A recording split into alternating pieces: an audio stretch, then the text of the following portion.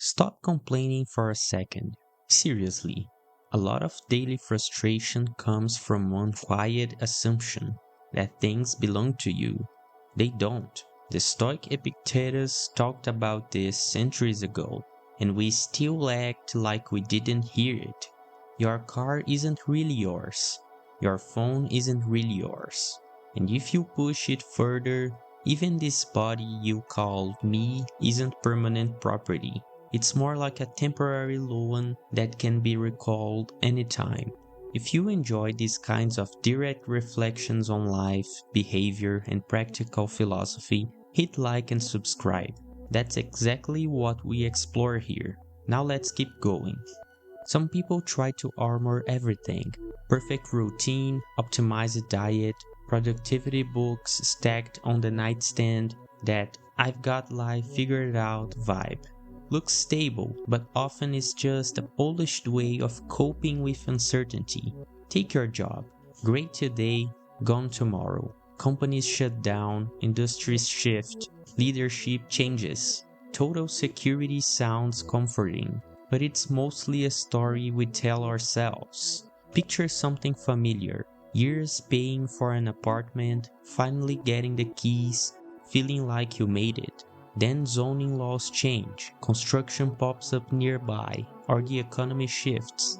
Suddenly what felt solid turns into just another unstable asset. The grease falls into the same category, valuable today, maybe irrelevant tomorrow if the market pivots. That's not drama, it's how things move. Relationships too. Friends relocate, partnerships end, families change shape. Even a pet that feels permanent can disappear faster than expected. That's not cynicism, that's life without filters. And here's the surprising upside. Accepting this brings relief. When you stop acting like the absolute owner, the anticipatory anxiety drops.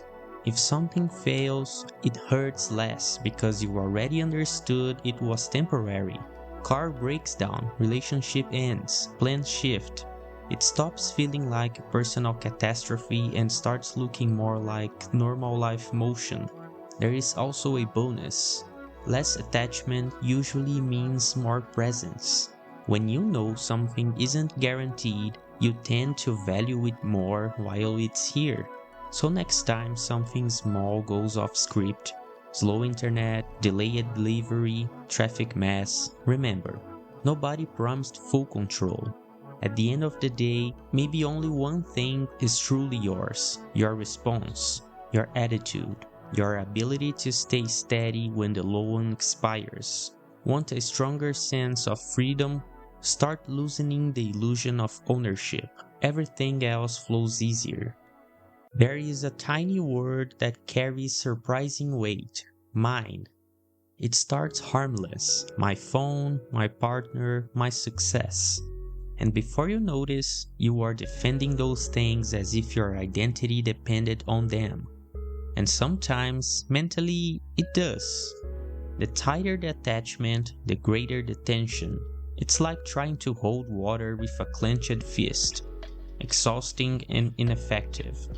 First thing to face: ownership rarely creates independence. Often it creates dependence. Look at the classic gadget cycle. Endless research, comparison videos, saving money, excitement on purchase day. Shortly after, battery issues, new model release, software glitches. Suddenly your mood depends on a replaceable device. Second trap: maintaining what's yours takes energy. Subscriptions, apps, memberships, services, each one small alone, overwhelming together. Financial pressure hits, and comfort turns into stress almost overnight. And it goes beyond material stuff. There's emotional ownership too, the silent expectation that someone should behave according to your internal script. Quick replies, consistent attention, predictable affection. And when reality doesn't match, frustration kicks in, even if no real wrongdoing happened. Connection becomes obligation, presence becomes duty. Another big one: identity built on possessions or roles, my degree, my physique, my career, my online reputation. Everything feels solid until one piece shifts. Criticism, injury, and self-image shakes along with it. That usually means the foundation was external. Here's something practical. Mentally rehearse loss. Pick something you value and imagine it. Pick something value and imagine it gone. Not drama, mental training. If discomfort appears, you've found a strong attachment point. Then adjust the language. Instead of "this is mine," try "I'm using this right now." Subtle shift, big psychological effect.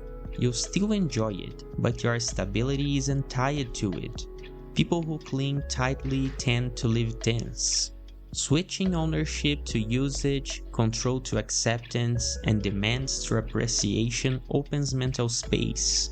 Want to breathe easier? Maybe start by needing the word "mine" a little less. Now let me be straight with you. A big chunk of your stress doesn't come from what happens. It comes from what you thought should happen. And nobody tells you that early on, because blaming the world feels easier than adjusting your own expectations. There's this quiet fantasy that life is supposed to cooperate. Recognition at work, flawless trips, smooth relationships, plans unfolding exactly as scheduled. Reality never signed that agreement. Take something simple. You plan an amazing trip. Great hotel, perfect weather in your head, ideal photos already imagined. Then it rains non-stop, everything's crowded, nothing matches the picture. The frustration didn't start with the rain. It started with the movie you built beforehand. Work follows the same pattern. You deliver something solid, expect acknowledgement, maybe advancement. Your boss barely mentions it. Instantly it feels personal. Not necessarily because of injustice, but because an unspoken expectation got broken. When the idea of deserving turns rigid, any deviation feels like disrespect. Relationships can amplify this even more. Mental checklist, perfect behavior expectations, constant validation. Real people don't fit scripts perfectly. Then come the complaints, emotional wear. What should be connection turns into performance review. The higher the expectation, the lower the tolerance for unpredictability. And unpredictability is pretty much built into life. A helpful adjustment is separating what's under your control from what isn't. Sounds basic, but it changes perspective. Weather, other people's reactions, timing, outside your reach. Effort, learning, emotional response, decisions. That's where influence actually exists. Another powerful shift is replacing expectation with curiosity. Instead of "this has to work," try "let's see how this unfolds." Anxiety drops quickly. There's also a simple daily practice. When something doesn't go as planned, list 3 things that still worked that day. Small ones count. A decent conversation, a hot shower, another chance to try again. That's not forced positivity, it is recalibrating perception. Life rarely delivers perfection, but it often provides enough to keep moving well. Lower expectations don't mean lowering ambition. It just means stopping the self-inflicted pressure of imaginary standards. Flexibility usually hurts less than constant disappointment. Now let me challenge a common belief. Does owning more actually make you safer? Try a small experiment sometime. Simplify for a while. Basic food, fewer distractions, less automatic comfort. Sounds restrictive at first, but it often turns into relief. Ancient philosophers weren't glorifying hardship. They were training resilience. When you realize you can function with less, the fear of losing things shrinks. Picture this. Today a delayed delivery annoys you. Then you spend a few days eating simple meals, cutting extras. Initial resistance fades, the body adapts, the mind quiets. That constant urgency loses intensity, and some interesting lessons show up. First, many needs were amplified by habit, not necessity. Designer clothes, constant upgrades, premium routines, they feel essential until you step away. Comfort turns out to be less about labels and more about perspective. Second, wanting less reduces mental noise. Lower expectations free attention for simple experiences. Conversation, silence, unexpected ideas. That stability isn't something consumption easily provides. There is also a financial and emotional effect. Less craving means less fear of income drops or lifestyle changes. Pressure decreases. And no, this isn't pretending to struggle. It's choosing to test your independence. Huge difference between lacking options and temporarily simplifying by choice. I've seen people try this in real life. A friend swapped expensive workspace and cafes for home and public space for a while. Spending dropped, focus improved, and one realization stood out. Productivity depended more on mindset than on stylish surroundings. If you want a manageable version, try this. 1 day a week without unnecessary consumption. No impulse buying, no endless scrolling, no automatic luxuries, just basics. At the end of the day, notice how your mind feels. Usually there's less pressure, clearer thinking, and a subtle sense of control. Because the less you need to function well, the less anything can hold you hostage. And that's pretty close to real freedom. Now let's poke at a sensitive belief. Do you really think happiness requires constant upgrades? Better car, nicer trip, newer phone, more exclusive experiences? It looks like progress, but often it's just a race with no finish line. Seneca challenged that idea centuries ago.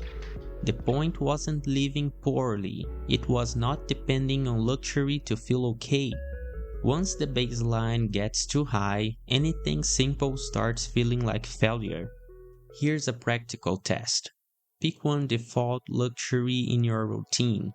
Maybe overpriced coffee, premium subscriptions, trendy restaurants, whatever became automatic.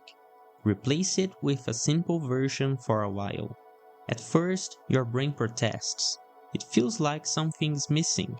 But after a few days, something shifts. Simplicity starts feeling enough, sometimes more than enough. You begin noticing flavor, time, presence. Things constant consumption tends to blur out. Another adjustment is dropping the need for grand moments all the time. You don't need epic vacations to feel satisfied. A quiet walk, a relaxed coffee, and honest conversation often deliver more than expensive, crowded events. We've just been trained to overlook the ordinary. Small wins help too, not just big milestones. Everyday completions count. Finishing something you postponed, organizing a space, saving a little money without stress. That builds real momentum, and it costs nothing.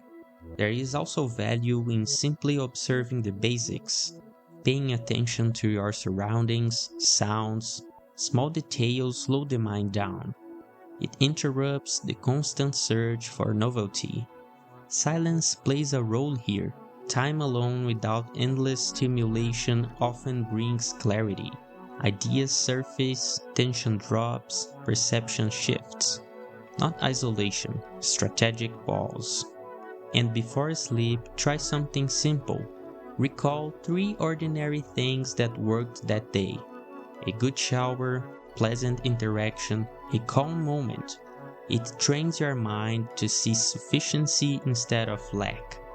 In the end, happiness depends less on how much you have and more on how well you experience what's already present. When satisfaction starts from a simpler baseline, life feels lighter. And then luxury stops being a necessity, it becomes just an extra. Here's another belief worth questioning: total independence. It sounds strong, but it doesn't really exist. You are part of a much bigger system: community, society, human network, call it what you want. When someone acts purely out of self-interest, the whole system feels it, including that person. Look at daily life. You expect clean water, stable electricity, accessible food. All of that exists because countless people cooperate behind the scenes. When things work, it feels normal. When something fails, frustration spikes instantly. Living in society isn't a privilege contract. It's ongoing exchange. Workplace dynamics shows this clearly. If everyone focused only on themselves, projects would stall fast. Your performance depends more on collective effort than most people admit. Shifting from "what am I owed" to "how can I contribute" changes interactions. Respect and collaboration tend to follow naturally. Even online, the same logic applies.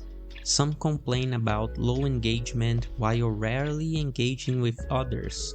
Expecting visibility without participation rarely works, because human connection isn't one-sided, and improving it doesn't require heroic gestures.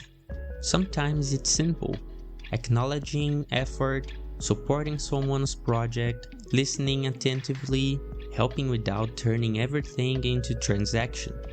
That builds real connection, and connection reduces the modern sense of isolation many people carry. Research in psychology and health keeps reinforcing this. Strong social ties improve mental health, lower stress, and even influence longevity. Humans function better in networks. If you want something practical, try this. Each week, do an intentional act that strengthens collective connection. Professional help, community involvement, or simply nurturing closer relationships. No applause required, just because it makes sense. Living stuck in the mindset of entitlement often leads to isolation. Operating from shared contribution usually creates stability. And the stronger the network around you, the stronger you tend to become too. That's not losing individuality, it's social intelligence in action.